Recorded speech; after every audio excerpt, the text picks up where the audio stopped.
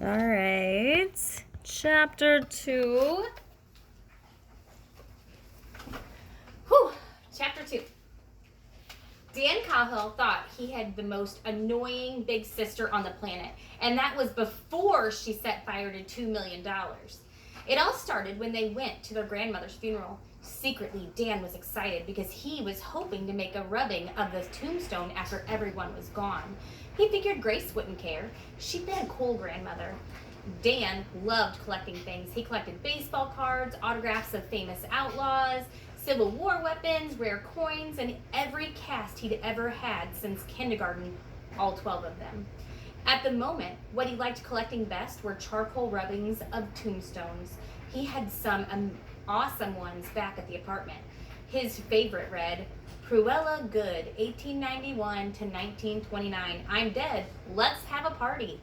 He figured if he had a rubbing of Grace's tombstone in his collection, maybe it wouldn't feel quite so much like she was gone forever.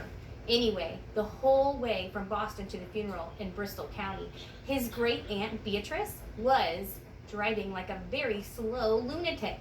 She went 25 miles an hour on the highway and kept drifting across lanes, so the other cars honked and swerved and ran into guardrails and stuff. Aunt Beatrice just kept clutching the wheel with her jeweled fingers.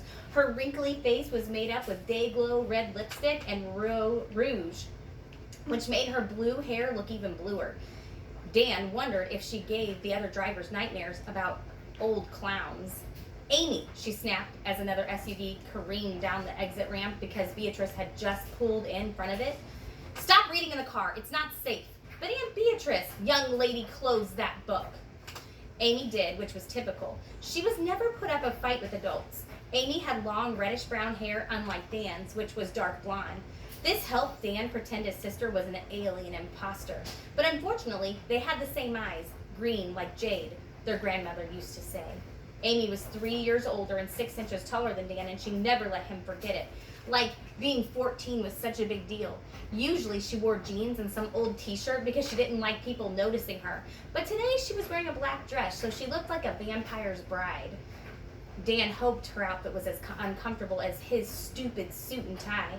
Aunt Beatrice had thrown a fit when he tried to go to the funeral in his ninja clothes. It wasn't as if Grace would care if he was comfortable and deadly, the way he felt when he pretended to be a ninja. But of course, Aunt Beatrice didn't understand. Sometimes it was hard for him to believe she and Grace were sisters. Remind me to fire your au pair as soon as we return to Boston, Beatrice grumbled. You two have been entirely too spoiled. Nellie's nice, Dan protested. This Nellie almost let you burn down the neighbor's apartment building. Exactly. Every couple of weeks, Beatrice fired their au pair and hired a new one. The only good thing was that Aunt Beatrice didn't live with them personally. She lived across town in a building that didn't allow kids, so sometimes it took a few days to hear about Dan's latest exploits. Nellie had lasted longer than most. Dan liked her because she made amazing waffles, and she usually cranked her iPod up to brain damage level.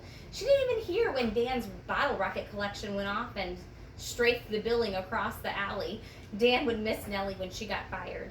Aunt Beatrice kept driving and muttering about spoiled children. Amy secretly went back to her huge book.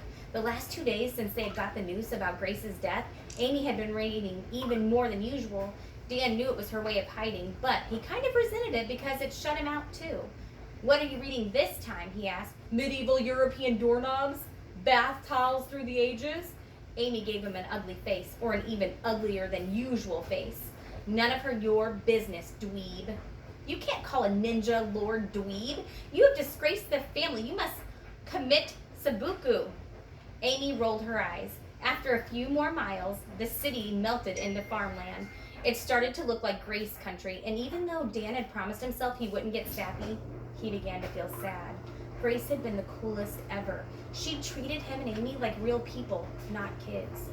That's why she'd insisted they simply call her Grace, not grandmother or gran or Nana or any silly name like that. She'd been one of the only people who'd ever cared about them. Now she was dead, and they had to go to the funeral and see a bunch of relatives who had never been nice to them. The family cemetery at the bottom of the hill from the mansion. Dan thought it was kind of stupid they'd hired a hearse to carry Grace 100 yards down the driveway. They could have put wheels on the coffin like they have on suitcases, and that would have worked just as well. Summer storm clouds rumbled overhead, and the family mansion looked dark and gloomy on its hill, like a lord's castle. Dan loved the place with its billion rooms and chimneys and stained glass windows. He loved the family graveyard even more. A dozen crumbling tombstones spread out across a green meadow ridged in trees.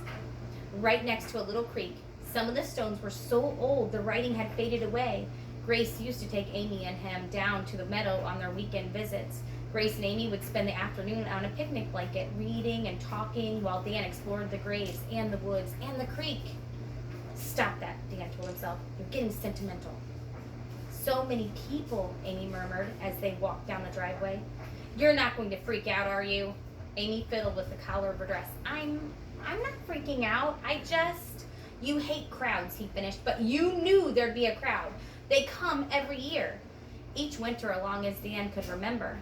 Grace had invited relatives from all over the world for a week-long holiday. The mansion filled up with Chinese Cahills and British Cahills and South African Cahills and Venezuelan Cahills. Most of them didn't even go by the name Cahill, but Grace assured him they were all related. She'd explained about cousins and second cousins and cousins 3 times removed until Dan's brain started to hurt. Amy would usually go hide in the library with the cat. I know, she said, but look at them. She had a point. About 400 people were gathering at the gravesite. They just want her fortune, Dan decided. Dan! Well, it's true. They had just joined the procession when Dan suddenly got flipped upside down. Hey, he yelled. Look, guys, the girl said we caught a rat. Dan wasn't in a good position to see, but he could make out the Holt sisters, Madison and Reagan, standing on either side of him, holding him by his ankles. The twins had matching purple running suits, blonde pigtails, and crooked smiles. They were only 11, same as Dan, but they had no trouble holding him. Dan saw more purple running suits behind him, the rest of the Holt family. Their pit bull, Arnold, raced around their legs and barked. Let's fling him in the creek, Madison said. I want to fling him in the bushes, Reagan said. We never do my ideas. Their older brother, Hamilton, laughed like an idiot, and next to him their dad, Eisenhower Holt, and their mom grinned like this was all good fun. Now, girls, Eisenhower said, we can't go flinging people at a funeral. This is a happy occasion. Amy, Dan called, a little help here. Her face had gone pale, and she mumbled, drop. Dan sighed in exasperation. She's trying to say, drop me. Madison and Reagan did, on his head. Ow, Dan said, Madison. Amy protested. Yes, Madison mimicked. I think all those books are turning your brain to mush, weirdo. If it had been anybody else, Dan would have hit her back, but he knew better than the Holts, with the Holts. Even Madison and Reagan, the youngest, would cream him. The whole Holt family was way too buff. They had meaty hands and thick necks and faces, and they looked like G.I. Joe figures. Even the mom looked like she should be shaving and chewing on a cigar. I hope you losers take a good last look around the house, Madison said. You're not going to be invited back here anymore now that the old witch is dead. Ruff, said Arnold the pit bull. Dan looked around for Beatrice, but as usual, she wasn't anywhere near him. She had drifted off to talk to the other old people. Grace wasn't a witch, Dan said, and we're going to inherit this place. The big brother Hamilton laughed. Yeah, right. His hair was combed toward the middle, so it stuck up like a shark fin. Wait till they read the will, Runt. I'm going to kick you out myself. All right, team, the dad said. Enough of that formation.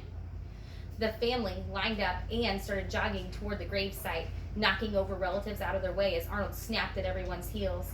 Is your head okay? Amy asked guiltily. Dan nodded, and he was a little annoyed Amy hadn't helped him. But there was no point complaining about it. She always got tongue-tied around other people. Man, I hate the Holts. We've got worse problems. Amy pointed toward the gravesite, and Dan's heart sank.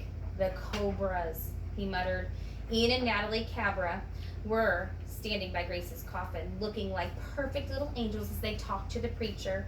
They wore matching designer mourning outfits that complemented their silky black hair and cinnamon-colored skin. They could have been child supermodels.